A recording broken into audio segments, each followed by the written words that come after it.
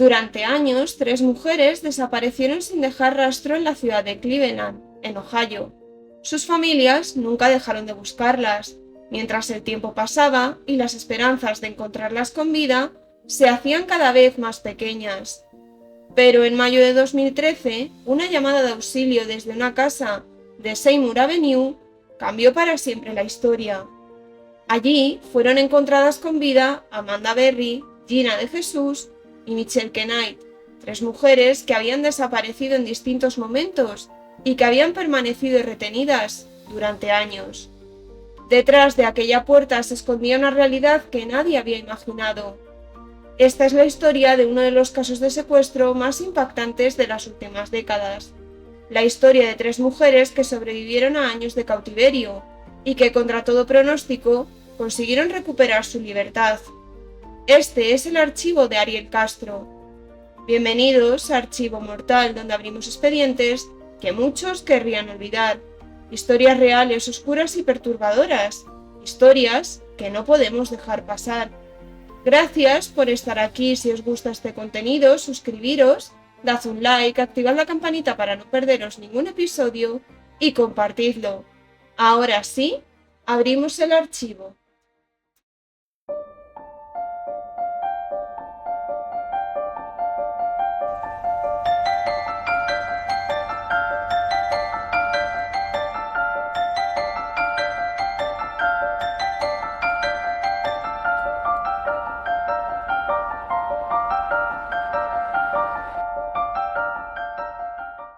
Ariel Castro era un hombre que vivía en Cleveland, trabajaba como conductor de autobús escolar, tocaba el bajo en una banda musical local de jazz latino, participaba en las fiestas del barrio y era cordial con sus vecinos. Parecía un hombre normal y corriente, no llamaba especialmente la atención y se mezclaba con la comunidad. Algunos lo describían como una persona sociable y amable, un hombre que parecía que no hubiese hecho daño a nadie. Pero tras esa imagen de aparente normalidad, se escondía una historia mucho más oscura, la de un depredador. Dentro de su propia casa había mostrado un comportamiento violento. Su pareja, Grimilda Figueroa, vivió con él una relación marcada por los celos, el control y la agresión. Al parecer se conocieron porque vivían justo enfrente el uno del otro, y a la semana de conocerse ya estaban saliendo juntos. Tuvieron 3 hijos, Emily, Rosie Arlene y Ariel Anthony. Los informes posteriores indicaron que Castro la golpeaba, la amenazaba y la aislaba de su entorno, hasta el punto de que Figueroa y sus hijos vivían con un constante miedo. Se decía que el hombre estallaba por cualquier cosa, por una comida que no le gustaba, una palabra malinterpretada o por una simple discusión doméstica. Grimilda sufrió empujones, golpes y fue sometida a un patrón de maltrato que dejó secuelas físicas y psicológicas. Ariel le decía que debía comer, cómo vestirse o con quién juntarse. Según publica el diario británico Daily Mail, Castro llegó incluso a pedirle que se metiera dentro de unos cartones y no saliera hasta que él le diera la orden. Grimilda soportó el abuso durante años, ya que Castro amenazaba con quitarle la vida cada vez que ella hablaba de abandonarle. Sin embargo, de cara al exterior, Ariel se mostraba como un vecino más. No fue hasta 1996, tras años de abusos y vejaciones, cuando Grimilda se armó de valor y se marchó de la vivienda junto a sus hijos. Sin embargo, el acoso no terminó ahí. En 2005, Grimilda tuvo que recurrir de nuevo a la justicia para solicitar una orden de protección, ya que Castro continuaba amenazándola y tratando de llevarse a sus hijos, sin su consentimiento. En la demanda judicial presentada por su abogada, se documentaron los brutales antecedentes de violencia que la mujer había sufrido a manos de Castro años atrás, incluyendo fracturas en la nariz, costillas rotas, los 2 hombros dislocados y un coágulo en el cerebro que había requerido cirugía tras una paliza en 1993. A pesar de la gravedad de estos antecedentes y de las múltiples llamadas de auxilio a las autoridades, Castro nunca fue imputado penalmente por estas agresiones. La casa sería conocida años después como la Casa del Horror de Cleveland. En abril de 2012, con 48 años, Grimilda Figueroa falleció por una sobredosis accidental de un analgésico. Entre 2002 y 2004, tres jóvenes desaparecieron sin dejar rastro en la zona de Cleveland. Sus nombres eran Michelle Knight, Amanda Berry y Gina de Jesús. Michelle Knight fue vista por última vez cuando salió de casa de su primo el 23 de agosto de 2002. Fue secuestrada cerca del cruce de la calle 116 Oeste y la avenida Lorraine, cuando se dirigía a comparecer ante el tribunal con respecto a la custodia de su hijo. En el momento del secuestro, Michelle tenía 21 años. La policía y sus familiares barajaron la hipótesis al principio de que la joven podría haber desaparecido voluntariamente, ya que se sentía frustrada al haber perdido la custodia de su hijo. Su madre creyó haberla visto tiempo después con un hombre mayor en un centro comercial. Antes del secuestro, Michelle había tenido una vida complicada. Había sufrido abusos sexuales por parte de un compañero de clase y por parte de un familiar. Su madre y en general su familia tenían desapego por la joven. Es por ello que apenas se indagó en su desaparición. El día que fue secuestrada, se encontró con Ariel Castro, que le ofreció visitar a sus cachorros de perros recién nacidos. Michelle pensó que sería buena idea llevarse un cachorro para tener en casa y sorprender a su hijo para cuando consiguiera de nuevo la custodia. Al llegar al domicilio, Michelle se dio cuenta que todo había sido un engaño. Ariel Castro la obligó a quedarse, la ató, la amordazó y la encerró posteriormente en el sótano, iniciando una pesadilla que duraría durante más de una década. Durante su secuestro fue agredida sexualmente reiteradamente y sufrió múltiples abortos, además de sufrir maltratos psicológicos con estos hechos. Un poco más adelante entenderemos por qué. El 21 de abril de 2003, a un día de cumplir 17 años, Amanda Mary Berry desapareció. Se cree que había llegado a casa de su trabajo en un Burger King, en la calle Oeste 110 y la avenida Lorraine, cambiándose de ropa en el apartamento de su familia, pero nadie la vio allí. Dejó el dinero y toda su ropa en casa.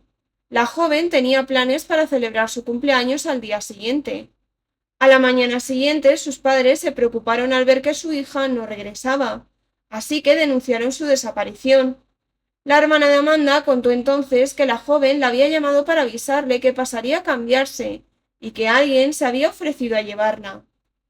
48 horas después de que sus padres denunciaran la desaparición, la policía de Cleveland y el FBI comenzaron a buscarla.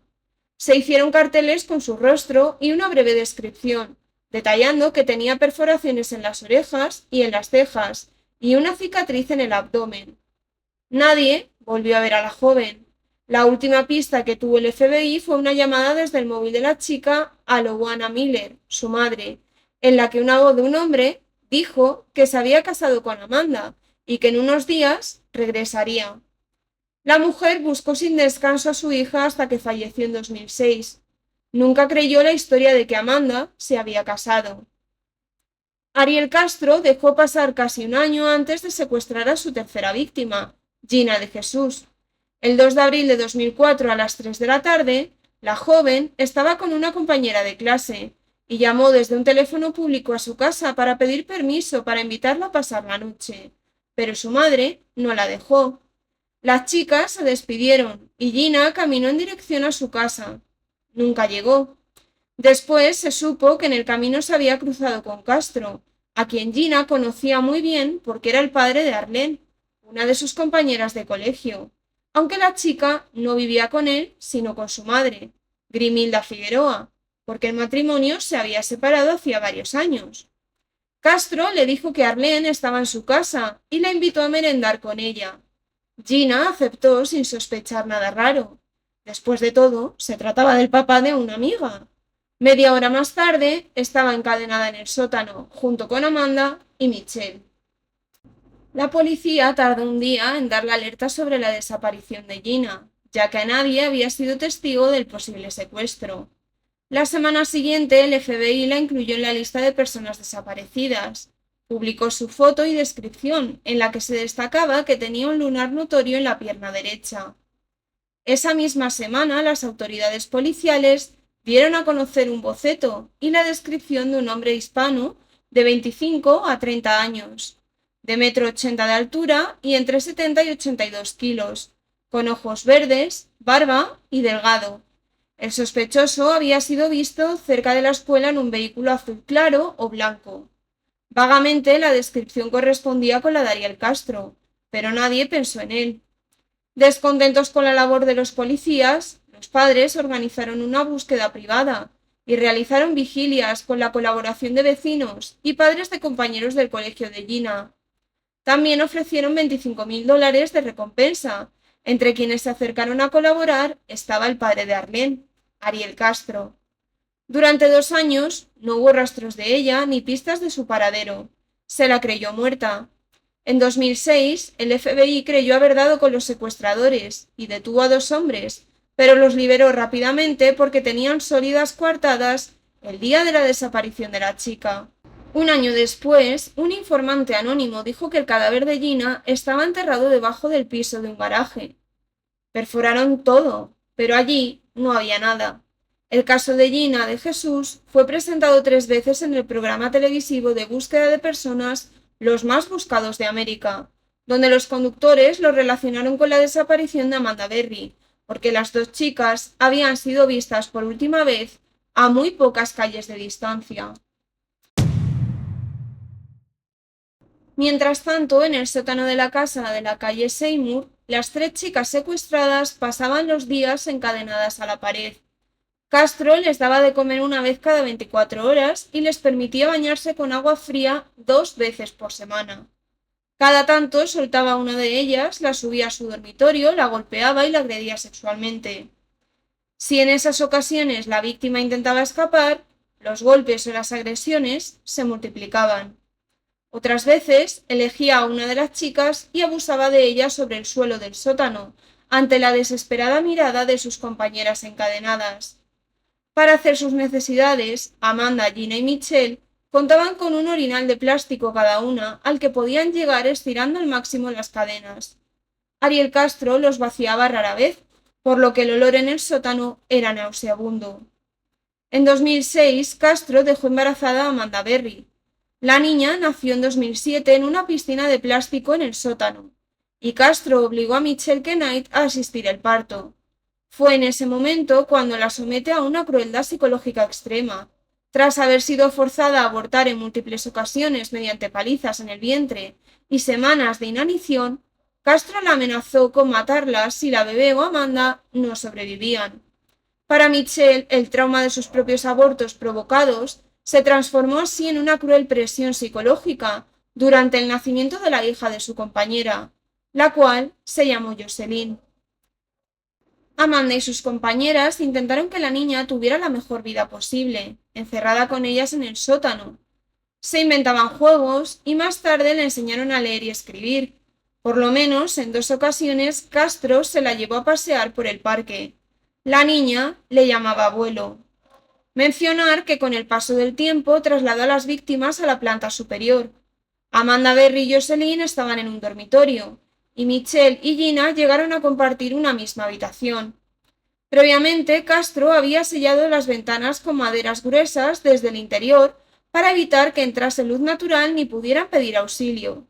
Quitó los pomos de las puertas y colocó candados, cerrojos de alta seguridad y tablas por el exterior. En las puertas hizo pequeñas aberturas para que entrara algo de ventilación. En esos momentos utilizaba el sótano como lugar de castigo e incomunicación. Las mujeres, cuando se quedaban solas, no intentaban huir. ¿Por qué? Ariel inventó un sistema muy perverso. En los primeros meses de cautiverio de las mujeres, a veces simulaba que se iba de casa. Luego, cuando sus prisioneras intentaban escapar, irrumpía en la escena y las castigaba de manera terrible. Así consiguió aterrorizar a las mujeres, anularlas de tal forma que parecían haber renunciado a la fuga, ante el temor a las represalias, y trataban de conseguir los pequeños premios que su captor les ofrecía, consistentes, por ejemplo, en dejarlas ir al baño o darse una ducha si se portaban bien. Sin embargo, todo cambió el 6 de mayo de 2013. Amanda explicó: intenté abrir la puerta, esa puerta verde, y estaba el candado, pero había un hueco justo por el que me cabía el brazo, y empecé a agitarlo como loca gritando: «¡Que alguien me ayude, por favor!». Ángel Cordero, vecino de la zona, respondió al ruido de gritos de una mujer, pero no hablaba inglés y fue incapaz de comunicarse con las mujeres. Entonces llegó otro vecino, Charles Ramsey. Se unió a la ayuda. Entre los dos hombres hicieron un agujero en la puerta y Amanda y Jocelyn salieron del lugar. Al ser liberada, fue a casa de otro vecino que hablaba español y llamó al 911 diciendo: «Ayúdenme, soy Amanda Berry, me han secuestrado. He estado perdida por 10 años. Estoy aquí y estoy libre ahora». Las autoridades llegaron al lugar rescatando poco después a Michelle y a Gina. Las tres mujeres y la niña fueron llevadas al centro médico Metro Health, mientras que Amanda, Jocelyn y Gina pudieron abandonar el hospital al día siguiente del rescate. Michelle tuvo que permanecer ingresada varios días más debido a la gravedad de su estado. Fue la víctima que sufrió las agresiones físicas más brutales, lo que le provocó pérdida de visión y audición, además de graves daños corporales y óseos. Ariel Castro fue detenido el mismo 6 de mayo de 2013, en cuanto regresó al domicilio, con las jóvenes completamente a salvo.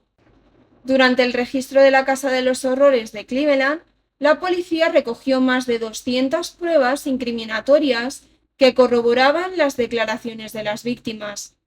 Entre los objetos requisados destacaron varias cartas escritas por el carcelero, donde reconocía las vejaciones a las que sometió a las jóvenes y donde aseguraba ser un depredador sexual que necesita ayuda. Aunque en otras misivas culpaba directamente a las chicas por su actitud, ellas están aquí en contra de su voluntad porque han cometido el error de subirse al coche de un desconocido. A sus 52 años, Castro fue acusado de un total de 977 cargos: secuestros, agresiones sexuales y torturas, delitos por homicidio agravado por los abortos forzados a Michelle mediante golpes e inanición. La fiscalía pedía la pena de muerte, pero finalmente llegó a un acuerdo con la defensa después de que el acusado reconociese los hechos. De este modo, se conmutó la pena capital y fue sentenciado a cadena perpetua sin posibilidad de fianza y a otros 1000 años de prisión. Este acuerdo impidió la celebración del juicio y, por tanto, que las víctimas pasaran por el calvario de testificar ante un jurado popular. Mientras tanto, la madre de Castro, Lilian Rodríguez, apareció ante los medios pidiendo perdón a las víctimas de su hijo. «Tengo un hijo enfermo que cometió algo muy grave. Estoy sufriendo mucho. Espero que estas jóvenes puedan perdonarme», dijo. Arlene, la hija del secuestrador de Cleveland, dio una entrevista televisiva en la que no pudo parar de llorar.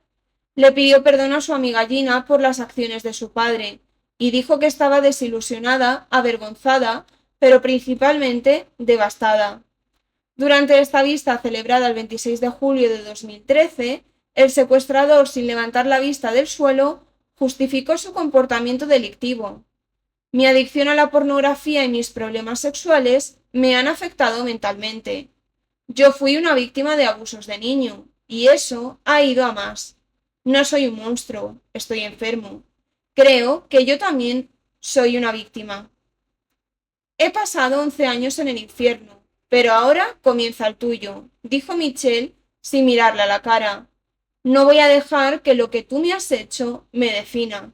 La pena de muerte sería lo más fácil para ti, pero lo que te mereces es pasarte toda la vida en prisión», aseguró, «porque yo viviré, pero tú morirás un poquito cada día».